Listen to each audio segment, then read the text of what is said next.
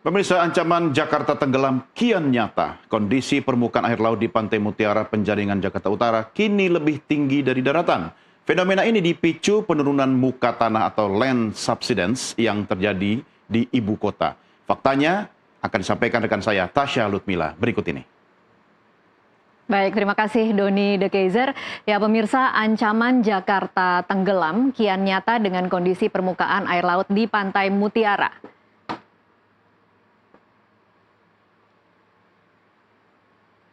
Ya, ini terpantau lebih tinggi dari wilayah daratan di sekitarnya dan kondisi ini hanya ditahan oleh tanggul. Jika tidak ditangani, kemudian resiko genangan hingga banjirop akan semakin mengancam.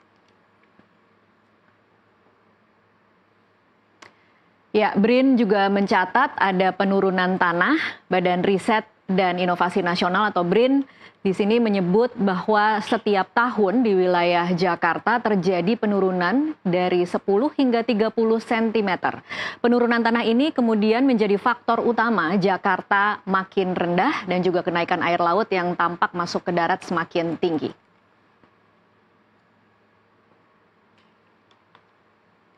Selanjutnya pemirsa, kita lihat bagaimana penyebab utama apa yang terjadi terhadap penurunan tanah ini diperparah oleh pengambilan air tanah berlebihan oleh industri dan juga rumah tangga.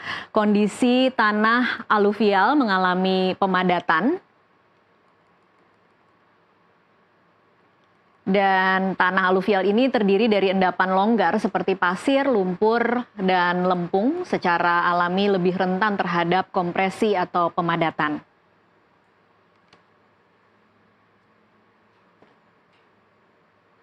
Oke, selanjutnya kita lihat ada giant seawall yang kemudian ada mangrove sebagai solusi. Jadi apa yang terjadi pemirsa di sini?